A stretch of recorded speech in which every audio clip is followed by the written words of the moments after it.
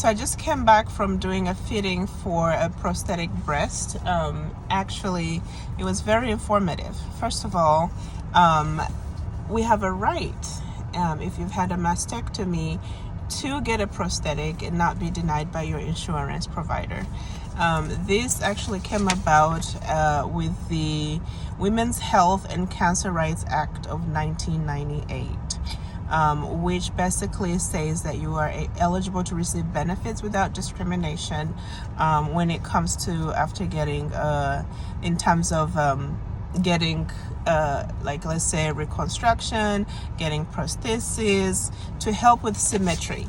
The medical rationale for that is that, of course, you've been used to having this here, and then when it is removed, you have asymmetry going on, and you can actually impact your balance. And some people have actually had issues with falls because they didn't have, and they were trying to figure out how to compensate for the lack of breasts that they have had.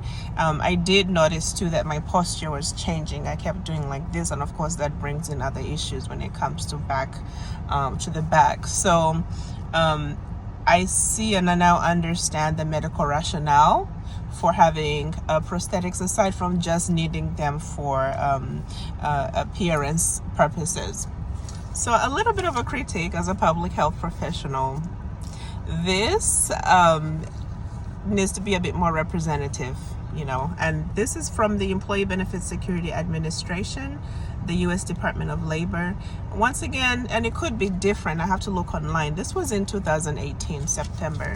But the pamphlet is not very representative. It gives a certain type of appearance, and I'm going to leave it at that. I think that it needs to show that any woman who has had a mastectomy, irrespective of their appearance, and I'm not just talking about color, but I'm looking at physique, there are many things that could be modified with this particular type of pamphlet. Not to mention how the information is portrayed in here, but specifically for this. When I say portrayed, I mean literacy purposes, how information is provided here. The other critique that I had is I love the place that I went to. However, they had a section for wigs, and all the wigs, I actually told the lady, are for a particular group of people. And I said, where are the wigs for people like me? And she said, well, we do have different colors in the back. And I said, why is it in the back? It should be in the front, so that whoever comes in knows that there are other wigs that are available for them as well. Different textures, different styles, different types of hair. And so those were my little critiques here. And then the other thing too is that I think that I have to read more too, once again, and I don't want to be super critical, but I do want to read a little more and think about those who don't have insurance through their workplace, how they're able to access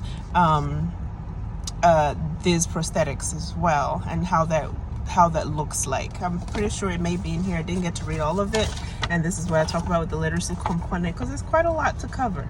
It covers quite a lot, so it will require a lot of time to read through it, which is fine. I think when I'm thinking about just bulleting certain things, but that's just my public health head coming in here. However, I love that this is accessible.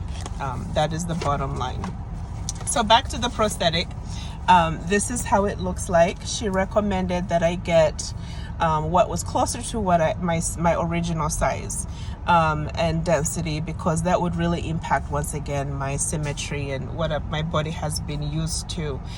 She also I wanted something small, but she recommended I get something that is a little bit fuller and bigger because of how my natural breasts are shaped, and then my chest is, and also how much was taken out, so that it's able to. So she really thinks and plans around everything, not just me going in there saying I want a big prosthetic.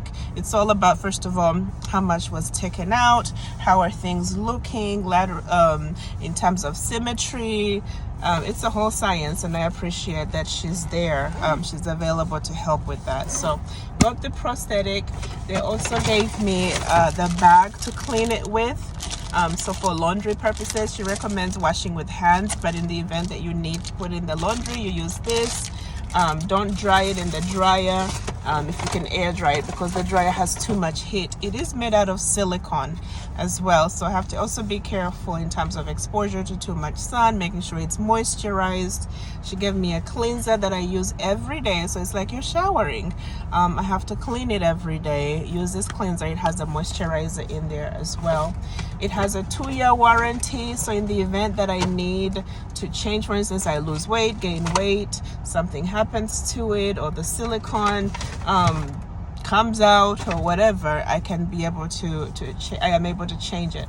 My insurance gave allowance for 6 bras, so I was able to get 2 different types, one for leisure and another type for you know, just like if I'm going outside and going to events or to church, things like that. So one is a bit more tight fitting and uplifting, and the other one is a bit more free, but they're all comfortable. And so I had 6 of them. I picked different colors, excited with the colors. Got the deep red, got a pink one, a chocolate one. So I'm excited to at least have that to help me, more importantly, for the symmetry component. I wasn't aware of how not having breasts impacts my balance, so I'm very happy to learn this information and actually have access to something to help with that. Got this cute hat too, doesn't say much but says a lot at the same time, and that's from there as well. So it was a good day, lots of information to learn, to attain, and I think I'm on the continuing path to survivorship.